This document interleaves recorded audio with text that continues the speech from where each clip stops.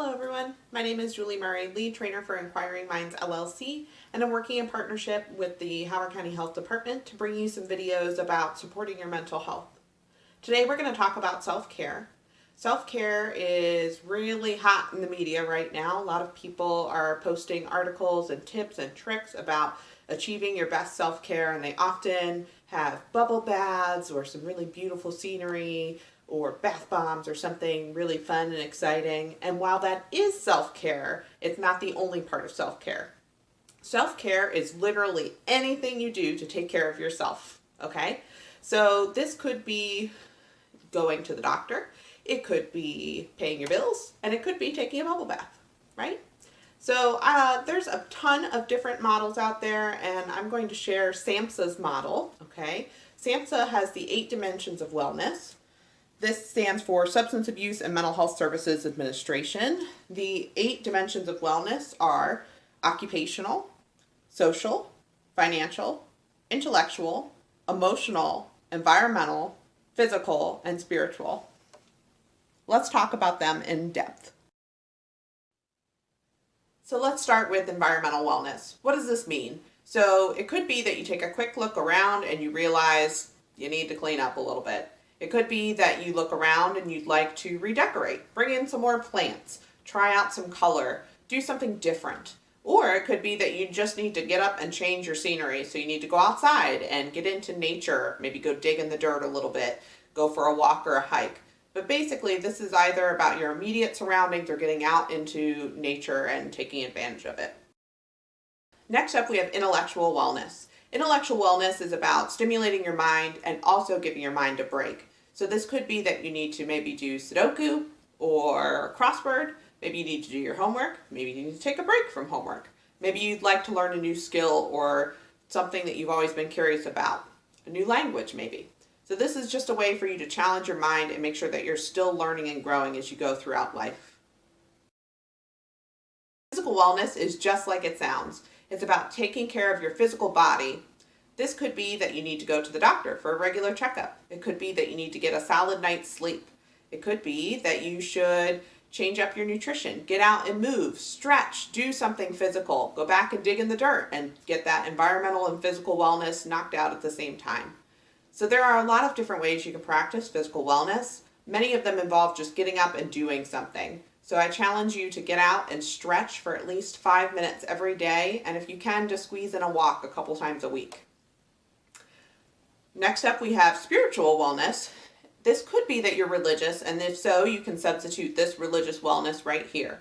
If you are not religious, spiritual wellness is about taking care of your center, your middle of yourself, and it's separate from emotional well-being.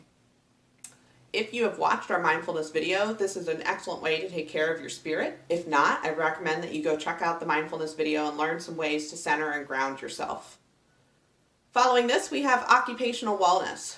This might sound a little bit weird, but it's about taking care of yourself within productivity. So maybe you're working, maybe you are a stay-at-home parent, maybe you're a student, maybe you volunteer. These are all ways that you're contributing and doing things. So one, it could be that you need to make sure you're taking breaks and that you're prioritizing things so that you don't burn out in the middle of the day. So perhaps you have a lot of dreaded tasks to do and you'd like to sandwich them with some happy tasks. Maybe it's that you need to consider a job change or take just a break, right?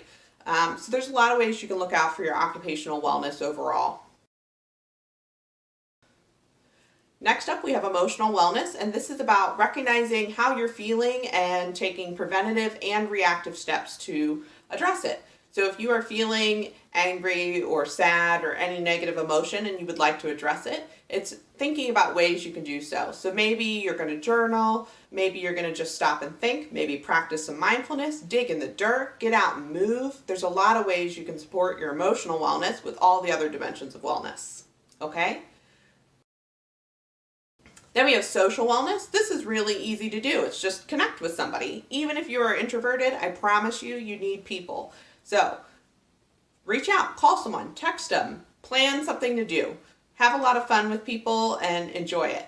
Also, make sure that you're protecting yourself in relationships and you're not overdoing it, okay? So this could look like maybe telling a friend, no, you need to not hang out that day because you need to prioritize your emotional wellness, okay? Last but not least, we have financial wellness.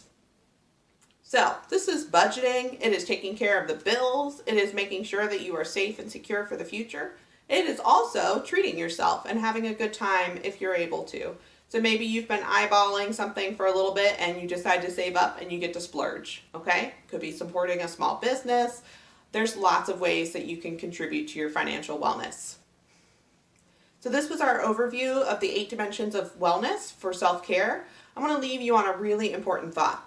Many of us use self-care as a reaction. This means that something happens, we feel not so great, and we opt for self-care. Absolutely, please do this. But what we also need to do is make sure that we're scheduling time for ourselves and we use it as a prevention measure as well. So we don't wait for us to hit a 10 out of 10 on the stress scale or an 8 out of 10 or even a 6 out of 10, that we're working to continually take care of ourselves in all different areas of wellness so that we are better equipped and more resilient to handle things that come our way.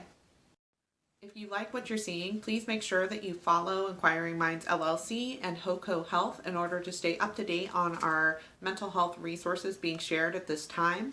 If you would like further information on behavioral health resources, you can call 410-313-6202 or go to howardcountymd.gov/gethelp. Thanks for tuning in. We are wishing you good mental health.